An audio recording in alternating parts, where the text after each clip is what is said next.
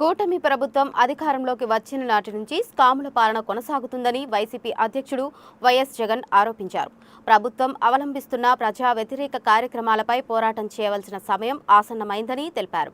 Tadepalli నివాసంలోని party కేంద్ర కార్యాలయంలో ఉమ్మడి అనంతపురం జిల్లా వైసీపీ నాయకులతో నిర్వహించిన సమావేశంలో ఆయన మాట్లాడుతూ రాష్ట్రంలో ఇసుక, మద్యం మాఫియాలు నడుస్తున్నాయని, ప్రతి ఎమ్మెల్యే నుంచి మంత్రి వరకు మాఫియా ద్వారా వస్తున్న డబ్బులను పంచుకుంటున్నారని విమర్శించారు.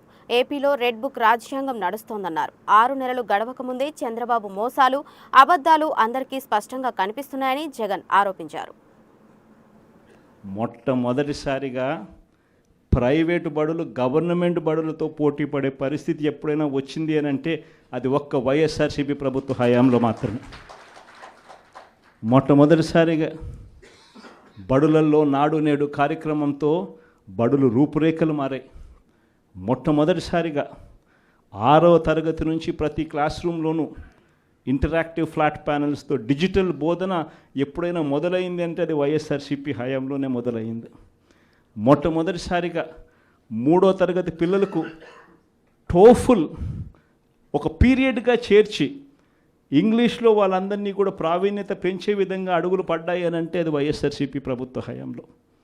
మొట్టమొదటిసారిగా గవర్నమెంట్ బడులన్నీ చర్యలు తీసుకున్నాం.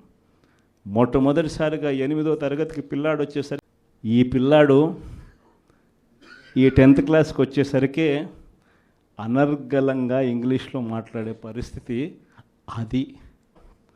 మన డిగ్రీలు చదువుకుంటే ఉద్యోగాలు రావు, మన డిగ్రీలను ఇంకా బెటర్గా చేయాలి అని తలంచుతో మొట్టమొదటిసారిగా ఎడెక్స్ అనే సంస్థను తీసుకొని వచ్చి మొట్టమొదటిసారిగా ఆన్లైన్ వర్టికల్స్ తీసుకొని వచ్చి మొట్టమొదటిసారిగా ఆ వర్టికల్స్కు సర్టిఫైడ్ చేసినాం. అంటే వచ్చిన కొన్ని కోర్సులు స్టాన్ఫర్డ్, హార్వర్డ్, ఎల్ఎస్సి తీసుకొని ఆ ఎగ్జామ్ రాస్తాడు. రాసిన ఆ ఎగ్జామ్కు ఆ యూనివర్సిటీ సర్టిఫికెట్ ఇస్తుంది.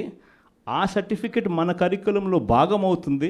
మన డిగ్రీ తీసుకున్న పిల్లోడు బయటకు వచ్చేసరికి ఆ పిల్లానికి 4-5 రకాల కోర్సుల్లో ఒక ఆక్స్ఫర్డ్ సర్టిఫికెట్,